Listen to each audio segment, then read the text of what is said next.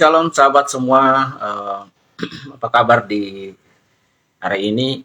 Jumpa lagi dengan saya Pastor Elroy Israel Sipahelut, dan saya ingin membagikan kepada kita beberapa poin yang penting berkaitan dengan peran dan fungsi pendeta dan sikapnya terhadap politik praktis, ya. Saya pikir ini konteksnya yang tepat di tengah-tengah situasi kita ini. Yang pertama, ingin saya sampaikan bahwa ketika saya menyampaikan materi ini sesuai dengan konteks kita dalam masa-masa tenang untuk pemilu legislatif dan kemudian pemilu presiden. Yang kedua, yang pertama itu tadi supaya kita berdoa untuk situasi kita yang sedang persiapan masuk dalam pemilu legislatif dan pemilu presiden tanggal 14 Februari. Dan yang kedua adalah bagaimana attitude kita berkaitan dengan fungsi dan jabatan kita sebagai oknum, sebagai pribadi pendeta di dalam menyikapi dan bagaimana sebaiknya kita bersikap terhadap politik praktis. Nah, yang pertama teman-teman, saya kasih satu kalimat yang paling penting bagi kita bahwa kehadiran pendeta dalam masyarakat seringkali menjadi sorotan. Namun apakah seorang pendeta seharusnya terlibat dalam politik praktis? Nah, mari kita lihat beberapa slide yang saya kerjakan hari ini. Oke.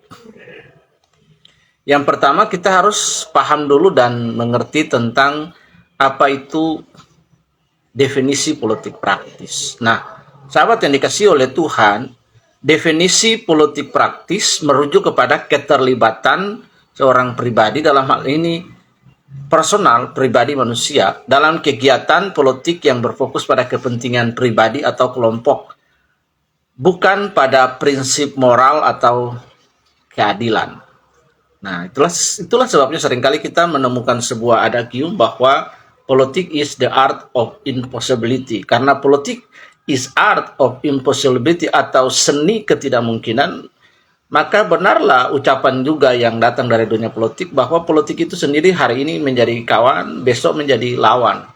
Itu menjadi realita karena politik praktis itu merujuk pada keterlibatan dalam kegiatan politik yang berfokus kepada kepentingan pribadi atau kelompok dan bukan pada prinsip moral atau prinsip keadilan. Nah, itu pengertian sempit dari atau definisi sempit dari politik praktis.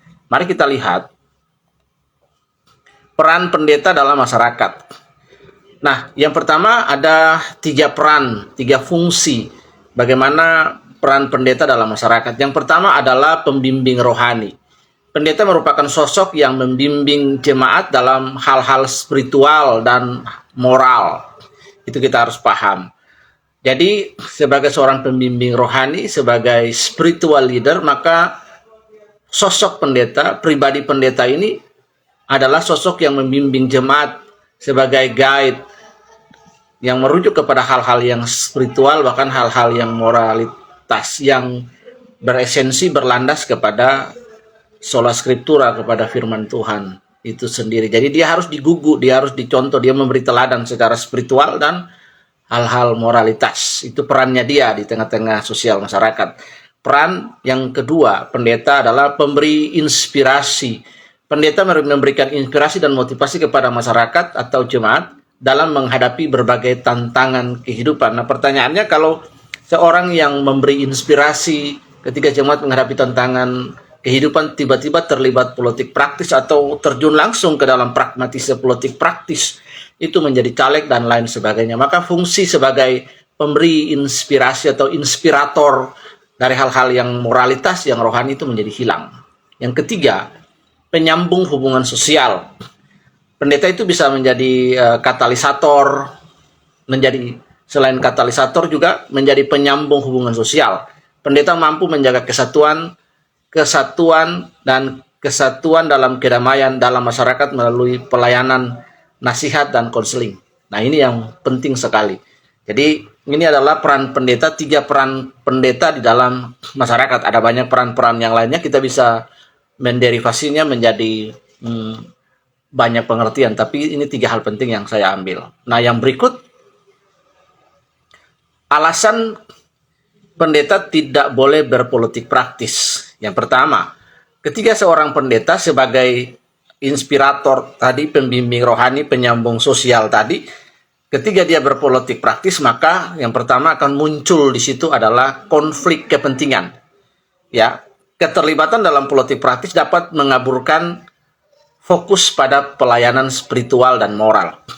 Nah, itulah sebabnya tadi, Bapak Ibu, teman-teman, sahabat, rekan yang dikasihi oleh Tuhan, peran pendeta dalam masyarakat itu ada 3, pembimbing rohani, penyambung hubungan sosial, dan pemberi inspirator. Nah, ketiga pendeta ini terlibat politik praktis, maka fungsi-fungsi itu menjadi hilang karena tidak lagi berbasis kepada jemaat sebagai inspirator, guidance, moral, tapi dia kepada kepentingan kelompok.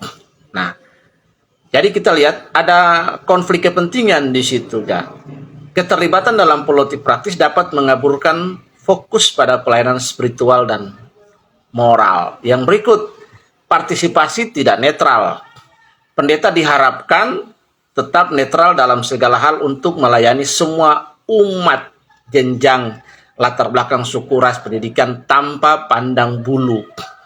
Nah, salah satu fungsi dari jabatan kependetaan, keimamatan ini adalah menjadi imam. Imam itu berdiri di antara Allah dan manusia, standing in the gap. Jadi kata intercession atau doa syafaat itu dari kata intercedere, artinya berdiri di antara, stand in the gap between God and man. Bring the intercession, pray, membawa doa, membawa syafaat dari manusia yang dia wakilin itu kepada Tuhan, umat. Karena itulah sebabnya, maka oknum pendeta tidak boleh berpartisipasi dalam politik praktis karena ada konflik kepentingan. Partisipasinya tidak netral. Jawatan dan fungsinya sebagai hamba Allah itu menjadi hilang. Ini penting bagi para pendeta, hamba-hamba Tuhan yang menjabat pelayanan kependetaan, menggembalakan, memimpin umat. Ini penting sekali. Ya, yang berikut kita lihat prinsip-prinsip yang mengatur pendeta di dalam berpolitik. Yang pertama ada ethical conduct. Ethical guidelines dictate that a priest should avoid partisan politics to maintain impartiality. Nah, jadi ada etik di situ yang mengatur.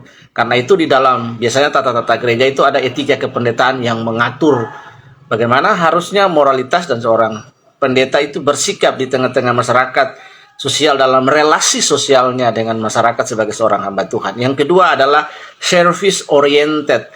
Jadi artinya orientasi dari pelayanan itu akan menjadi kabur dan berubah. Nah, karena banyak oknum pendeta beralasan kita kalau dipanggil ke politik kenapa nggak bisa?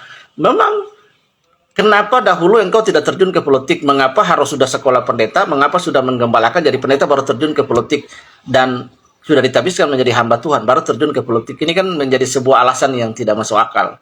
Jadi service oriented, the primary focus should be on serving the spiritual and moral needs of the community. Nah, ini yang paling penting. Jadi service oriented itu berubah. Yang ketiga adalah non-discriminatory. Equality and fairness must be upheld regardless of political affiliation. Jadi ini yang paling penting. Jadi tidak ada diskriminasi. Bagaimana ketika seorang pendeta berafiliasi dengan politik tertentu itu akan terjadi konflik di jemaat. Jemaatnya mungkin juga terafiliasi dengan politik tertentu, dengan simbol-simbol politik tertentu atau partai tertentu, tokoh tertentu dia ikutin. Nah, kalau pendeta juga begitu, maka akan ada konflik di situ. Karena itu pendeta harus tetap netral. Dia menjadi hamba Tuhan yang menjadi guide, memberikan inspirasi dan mengajar tentang hal-hal yang etik dan moral dan spiritual di situ. Nah, ini yang kita ini adalah prinsip-prinsip yang mengatur pendeta bagaimana berpolitik. Yang berikut kita akan melihat dampak negatif jika pendeta terlibat dalam politik praktis. Ini dampak yang pertama. kecurigaan dari jemaat.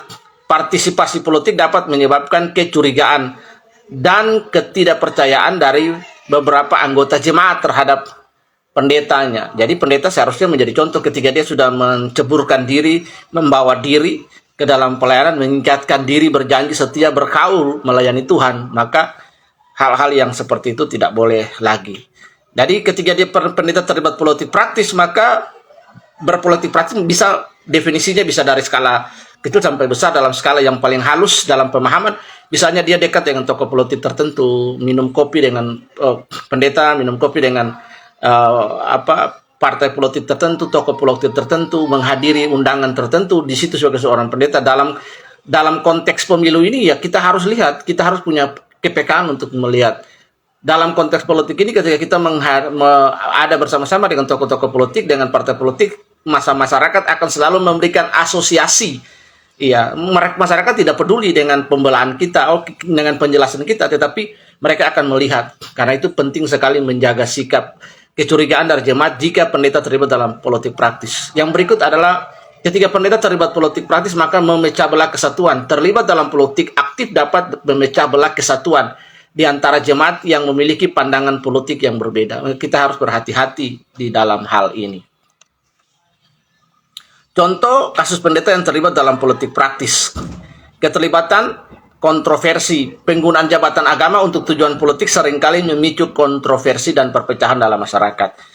Nah, hal ini bisa menjadi dampak. Jadi ketika seorang pendeta terlibat dalam politik praktis, maka ada kontroversi. Kita tidak bisa menghindarkan opini orang tentang kita. Kita tidak bisa melarang opini orang tentang kita ketika kita bersinergi, kita berafiliasi dengan tokoh-tokoh politik tertentu pada konteks waktu dan tempat yang keliru. Itu harap berhati-hati. Yang kedua, tanggapan, tegur sapa. Terlibatnya seorang pendeta dalam politik praktis seringkali mendapat tanggapan teguran sapa dari berbagai pihak, ya, entah teguran yang baik, entah teguran yang tidak baik. Seorang pendeta harus siap untuk hal itu ketika terlibat politik praktis. Nah, ini yang penting. Nah, bagaimana kita melihat tanggapan masyarakat terhadap pendeta yang berpolitik praktis? Dalam sebuah survei, 75% tidak setuju. Banyak masyarakat tidak setuju pendetanya, gembalanya terlibat politik praktis karena dianggap mengganggu tugas spiritual mereka, dan saya setuju dengan hal ini. Jadi, tanggapan masyarakat terhadap pendeta-pendeta yang berpolitik praktis, 75% tidak setuju karena dapat mengganggu tugas spiritual mereka. Yang kedua, melakukan boikot, 20%. Beberapa pihak melakukan boikot terhadap gereja yang dianggap terlibat dalam politik praktis. Kita tidak bisa melarang jemaat untuk melakukan boikot karena kesalahan seorang pendeta sendiri terlibat politik praktis. Jadi sangat disayangkan jika dia yang sudah dipanggil oleh Allah pencipta langit bumi untuk melayani, kemudian terlibat dalam politik praktis. Ya, yang pertama dia mendukakan Tuhan, panggilan Tuhan dalam hidupnya yang harus melayani. Jadi sebenarnya di sini saya ingin menjelaskan bahwa harus dibedakan antara jabatan kependetaan yang sedang menggembalakan, yang sedang melayani, dengan umat Kristen, umat Tuhan yang tidak memegang jabatan kependetaan hierarkis keimamatan di dalam gereja. Itu harus bisa dibedakan. Kalau ada jemaat di dalam gereja lokal yang kita gembalakan, yang mau ingin terlibat politik praktis, maka pendeta harus memberikan nasihat etik, nasihat moral, nasihat spiritual kepada jemaat di mana dia bergereja, jemaat yang dia pimpin yang ingin terlibat politik praktis. Tapi pendeta juga tidak boleh berpolitik praktis. Pendeta tidak boleh dan tidak harus apolitis. Apolitis artinya buta terhadap politik. Pendeta harus memiliki kecerdasan di atas rata-rata baik secara politik dan lain, tetapi tidak menceburkan diri dalam politik. Itu berbeda. Memberikan masukan dan pengajaran, nasihat kepada jemaat yang dia gembalakan, tetapi dia sendiri tidak menceburkan diri kepada jemaat yang terlibat politik praktis di situ. Oke, kita lihat yang berikut. Maka kita akan menemukan beberapa kesimpulan. Yang pertama adalah satu, pelestarian kesucian tugas. Pendeta harus tetap memelihara kesucian tugas spiritualnya tanpa terlibat dalam politik praktis yang dapat memecah belah umat. Nah, netralitas pendeta dalam politik menjadi kunci dalam menjaga kesatuan dan kedamaian di dalam gereja lokal. Ini hal yang paling penting. Jadi kesimpulan dua poin ini menjadi poin yang penting bagi kita. Nah, yang berikut kita melihat sebuah saran dan kemudian rekomendasi bahwa diperlukan peningkatan dan kesadaran prinsip-prinsip netralitas bagi pendeta dalam konteks-konteks politik praktis.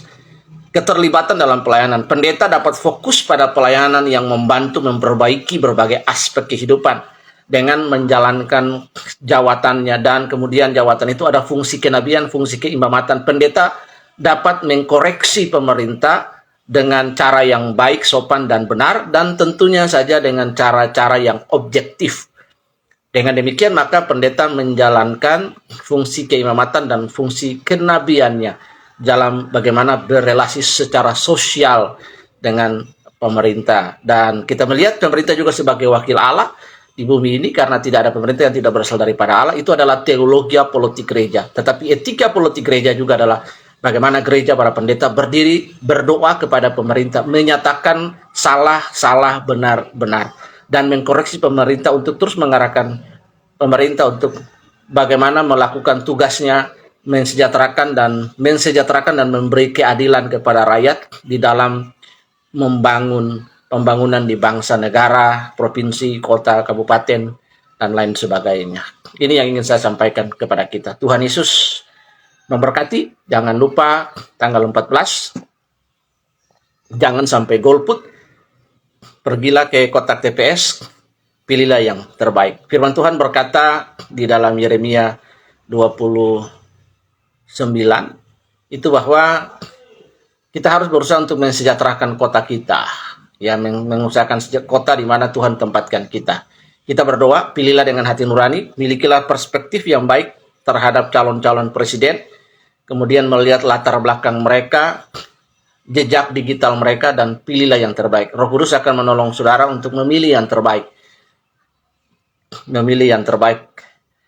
Karena itu jangan menjadi golput. Tuhan Yesus menolong kita semua. Mari kita berdoa supaya tidak ada kekacauan, chaos, dan lain situasi terkendali di tangan TNI dan Polri. Tuhan Yesus memberkati kita semua. Shalom.